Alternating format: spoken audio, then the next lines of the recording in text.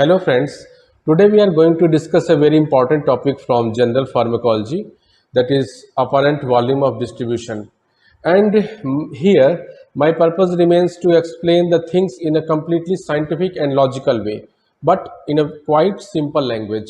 So although it will take some time, but in the end very easily and effortlessly you will be able to understand the concept completely and will be able to solve the related questions including NEET PG questions, and all the confusions related to the topic will be solved. So let's start. So apparent volume of distribution, it is the theoretical volume that would accommodate all the drug in the body, wherein the drug is equally distributed throughout all the body parts, assuming body as a single compartment model, and the drug will be distributed with the same concentration as observed in the plasma. So in the short we write it AVD. So the AVD is equal to dose administered upon plasma concentration, that is mg per kg upon mg per liter equals to liter per kg. So liter per kg is the unit of AVD. Now let's just break down the definition of the AVD by giving suitable examples, including those of clinical situations also. And in this way, we will completely understand the concept of AVD. Basically, our body is a multi-compartment model because it consists of various distinct compartments or viscera, each with different physiological characteristics that interact with each other. For example, blood and highly perfused organs like heart, liver, and kidney, and also the less perfused tissues like muscle, fat, and bone. And each compartment represent a region. Even a single viscous can also represent a separate compartment. When a substrate, for example a drug, is introduced into the body, it doesn't distribute uniformly. Instead, it moves through different compartments or viscera at varying rates, depending on factors like blood flow, tissue permeability, and binding affinities. So suppose that body is a double compartment model. For example, one compartment is liver and another is rest of the body. And if we are talking about an adult healthy person, on an average volume of total body fluid is 42 liters. Now just listen carefully.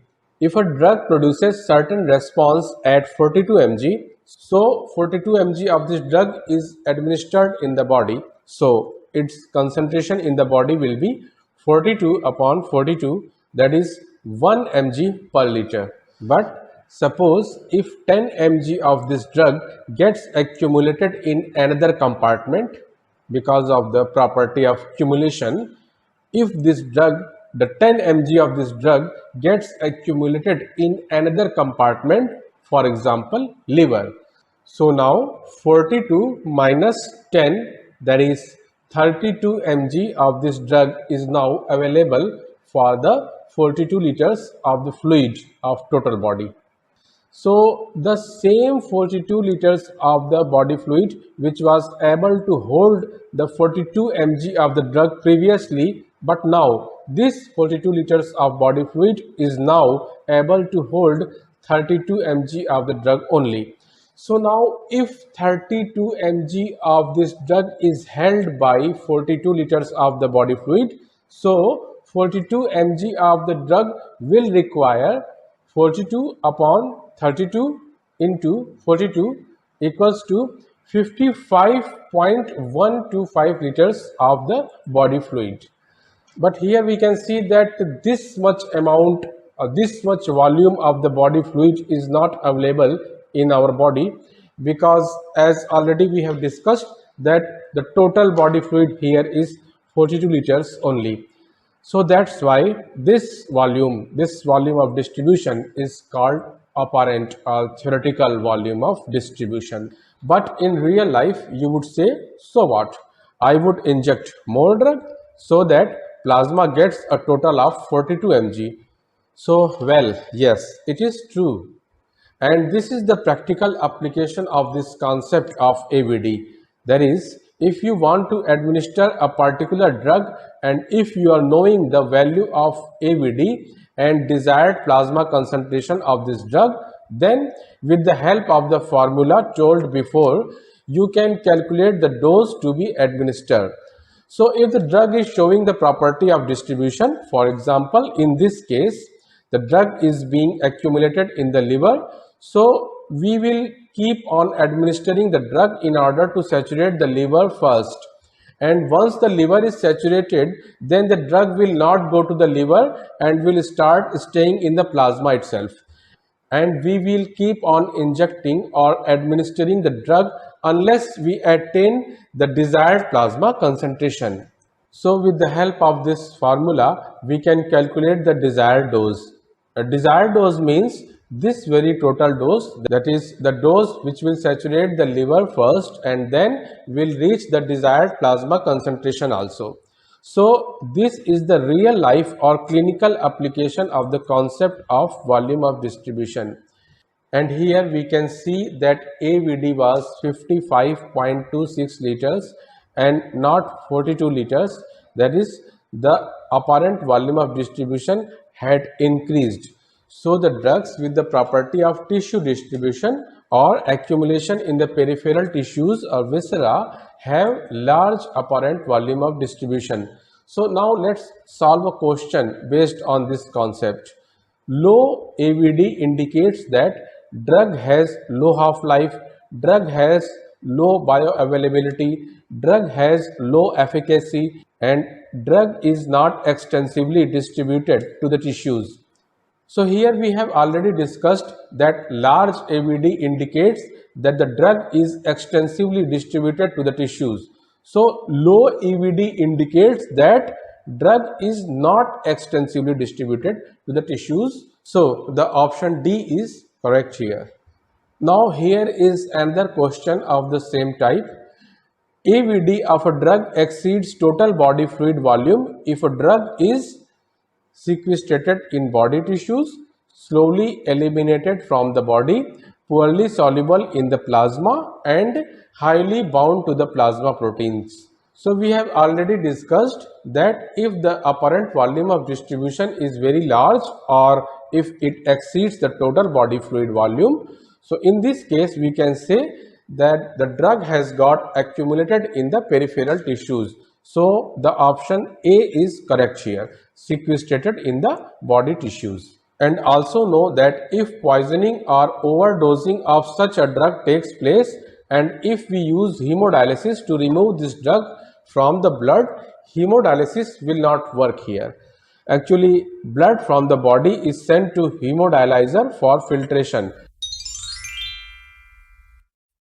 But if the drug has got accumulated into peripheral tissues or organs and has not reached the blood or not present in the blood, after all, what is the use of hemodialyzer in such a case?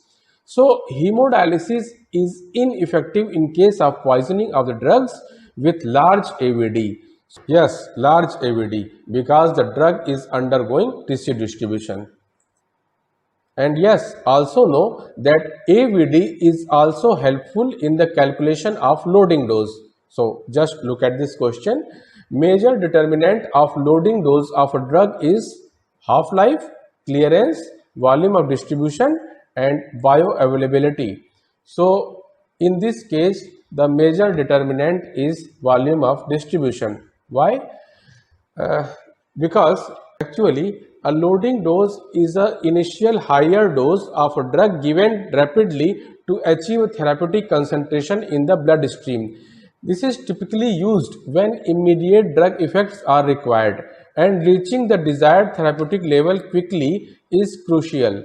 After the loading dose, smaller maintenance doses are administered to keep the drug concentration within the therapeutic range. This loading dose is particularly important for the drugs with long half-lives or the drugs with high volume of distribution or those that require quick action. So what is the story behind loading dose? We basically give the loading doses to saturate the tissue stores. Once the peripheral tissues get saturated and then we again administer the drug, then the drug will not go to accumulate in the peripheral tissues, but it will stay in the plasma. So we can say that loading dose is mainly dependent on volume of distribution, whereas maintenance doses given after loading dose depend on clearance. It is calculated as loading dose is equal to volume of distribution into target plasma concentration. So here is another question based on loading dose. Loading dose depends on the following factors except drug concentration to be achieved, volume of distribution, clearance of the drug, bioavailability of the drug. So basically loading dose does not depend on clearance of the drug. Maintenance doses depend on the clearance of the drug and not the loading dose. So option C is correct here. Similarly, if a drug undergoes plasma protein binding, then what will happen? Suppose that 10 mg of the above drug binds to plasma proteins instead of liver. Now, same drug is present in the plasma water also and is bound to plasma proteins also. Now, since plasma proteins are also the part of plasma and plasma is also a part of total body fluid, so we can simply say that now the total body fluid, that is 42 liters, can contain 42 plus 10 equals to 52 mg of the drug. If 42 liters can now hold 52 mg, then 42 mg of the drug will require 42 upon 52 into 42 equals to 33.92 liters. Thus, now 42 mg drug doesn't require 42 liters of fluids but requires only 33.92 liters of fluids. So the conclusion is plasma protein binding reduces the apparent volume of distribution. So so far as hemodialysis again is concerned, so here also hemodialysis is ineffective in this case also. Why? Because if the drug binds to plasma proteins, the size of the molecule will become very large and it will not be filtered by the hemodialyzer machine.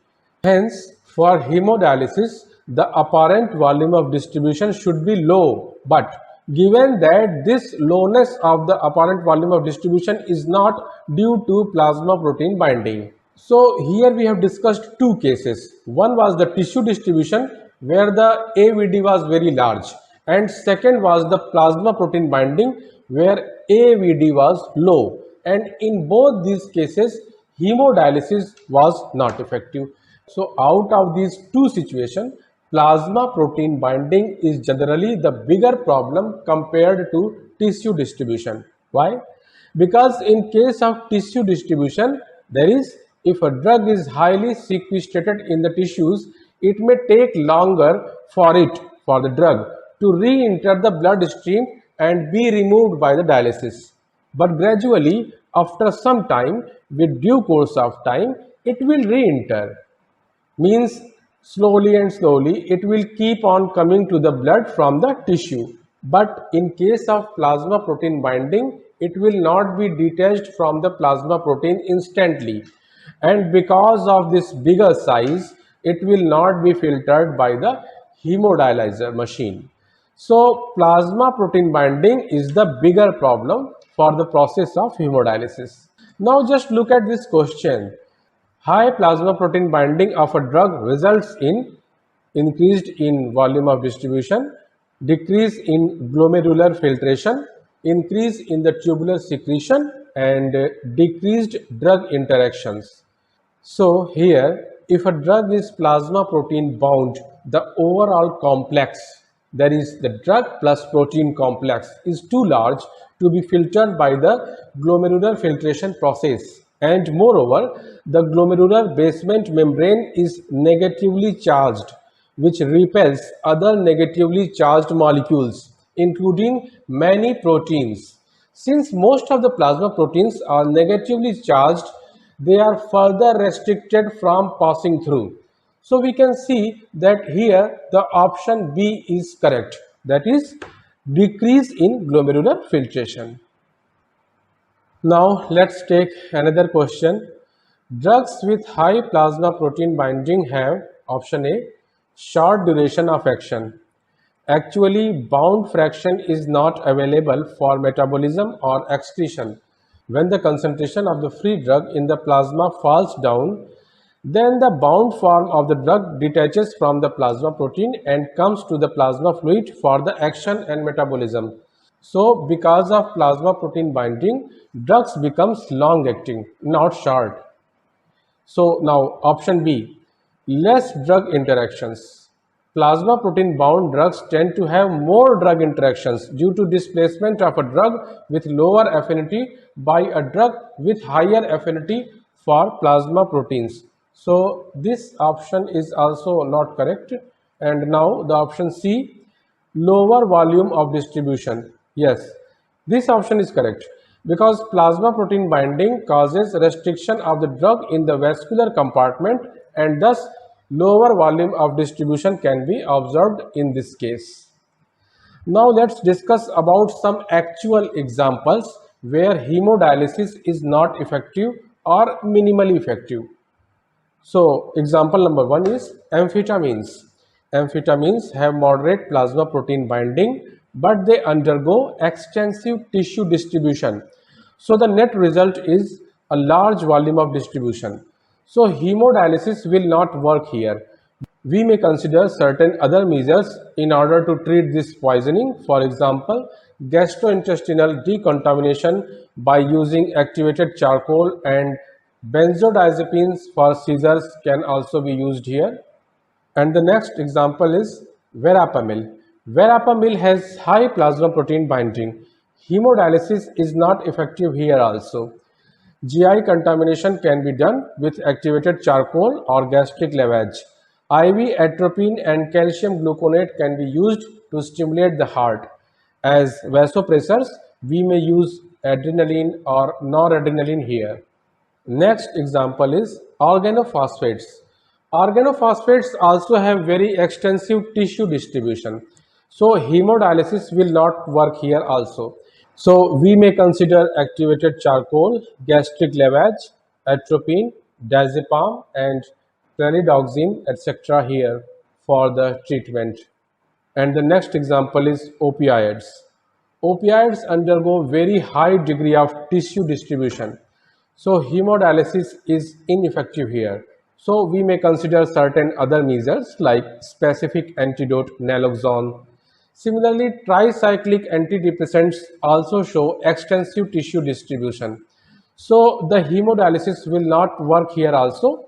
Activated charcoal, sodium bicarbonate, magnesium sulfate, IV lipid emulsion, benzodiazepines and vasopressors etc. can be used in the treatment of this poisoning. And now let's talk about digoxin. So here is a question. Hemodialysis is useful in all of the following except barbiturate poisoning, methanol poisoning, salicylate poisoning and digoxin poisoning. So the answer here is digoxin. Yes, in case of digoxin also the hemodialysis is not effective because digoxin also shows extensive tissue distribution. So hemodialysis will not work here. Activated charcoal, insulin and digoxin specific antibodies etc. may be the treatment options here. Next example, diazepam. Diazepam also undergoes tissue distribution. Hemodialysis will not work. We may consider activated charcoal and specific antidotes, for example, flumazenil. Now, let us discuss some other specific and very important conditions. Number one, pregnancy. During pregnancy, there are significant changes in total body water and fat composition. There is an increase in the plasma volume, extracellular fluids, and total body water. These changes can increase the volume of distribution for hydrophilic drugs because of the expanded plasma and extracellular fluid compartments. Additionally, increased body fat may increase the volume of distribution for lipophilic drugs also. And the second case is congestive heart failure. In CHF, there is often fluid retention, which can lead to an increase in the ECF volume. This can increase the volume of distribution for hydrophilic drugs due to expanded ECF. However, decreased cardiac output can lead to reduced tissue perfusion, which may decrease the volume of distribution for some drugs as they may not distribute as well to the tissues. So, overall, the effect can be variable and depends on the drug's properties and the severity of the congestive heart failure. And the third case is uremia. Uremia is a condition which is associated with the chronic kidney disease, which leads to the changes in the body fluid compartments, often increasing the total body water. So this can increase the volume of distribution for hydrophilic drugs. Additionally, the protein binding of the drugs may be altered in case of uremia, leading to more free drug available for distribution, potentially increasing the volume of distribution. And now the fourth case is cirrhosis. Cirrhosis leads to significant alterations in the body fluid compartments, including ascites and edema, which increases the extracellular fluid volume. This expansion in fluid compartments can increase the volume of distribution for hydrophilic drugs. And also, hypoalbuminemia, commonly seen in cirrhosis, decreases the plasma protein binding, leading to an increased free fraction of the drug available for distribution. And now a very important example, NSAIDs. If we talk about NSAIDs, in this category, aspirin is 80% bound to the plasma proteins. Still, hemodialysis is an effective method in case of aspirin overdose or poisoning because number one, saturation and shifts in the binding. In case of salicylate poisoning, the protein binding sites can become saturated, leading to an increase in the free or unbound fraction of the salicylates in the blood. As the free salicylate concentration increases, more of it becomes available for removal by hemodialysis. And number two, acid-base disturbances. Salicylate poisoning often leads to metabolic acidosis, which can further reduce protein binding and increase the free fraction of the salicylates. Hemodialysis not only removes the free salicylate but also helps to correct the acid-base imbalances, which can reduce the risk of further complications. And the third point, aspirin has a relatively small volume of distribution compared to other NSAIDs, meaning it stays more within the bloodstream rather than being widely distributed into tissues. This makes it more accessible to the hemodialysis process. Number 4, toxic metabolites. Aspirin toxicity also involves the accumulation of its metabolites, which are also dialysable. And so far as other NSAIDs are concerned, hemodialysis is not effective for most of the other NSAIDs because number one, high plasma protein binding. Like aspirin, other NSAIDs are also highly protein bound. However, in most of the cases, the extent of this binding is so high that even in overdose, the free fraction in the bloodstream is still relatively low. This limits the effectiveness of hemodialysis. And number two, large volume of distribution. Most NSAIDs have a larger volume of distribution compared to aspirin, meaning they spread into body tissues and are not concentrated in the blood. This distribution makes it difficult for hemodialysis to effectively remove the drug. High tissue binding of NSAIDs contributes to their large volume of distribution, even though they also exhibit high plasma protein binding. And finally, number 3, different metabolic pathways. Other NSAIDs are metabolized differently, often into forms that are not easily dialysable or are rapidly cleared by other means. Now let's talk about certain other specific examples. Drugs with large molecular size can't cross capillary walls. If they are given by intravenous route, they stay only in the vascular compartment. So in this case, their apparent volume of distribution will be equal to that of the plasma water, that is around 3 liter in an adult healthy person. For example, insulin and heparin. And the next specific example is drugs which are highly lipophilic have large apparent volume of distribution because they easily enter tissues and get accumulated there. So this property of the drugs is known as accumulation, as we have already discussed. And you should also know that lipid insoluble drugs. Yes, the next example is about lipid insoluble drugs. These drugs typically do not cross cell membranes easily and thus remain largely in the ECF. As a result, their volume of distribution is often close to the volume of ECF, which is approximately 12 to 14 liters in an average adult. For example, aminoglycosides antibiotics like gentamicin, tobramycin, and mannitol, and neuromuscular blocking agents, for example, succinylcholine. And finally, we would also like to discuss about the elderly people. So in the elderly people, increased and decreased volume of distribution of lipophilic and hydrophilic drugs respectively, because with aging body fat increases and total body water as well as lean body mass decrease. So consequently, hydrophilic drugs have a smaller apparent volume of distribution and the lipophilic drugs have an increased volume of distribution with a prolonged half-life. So friends, this was the complete explanation of the concept of volume of distribution along with the solutions to the NEET PG questions on this topic.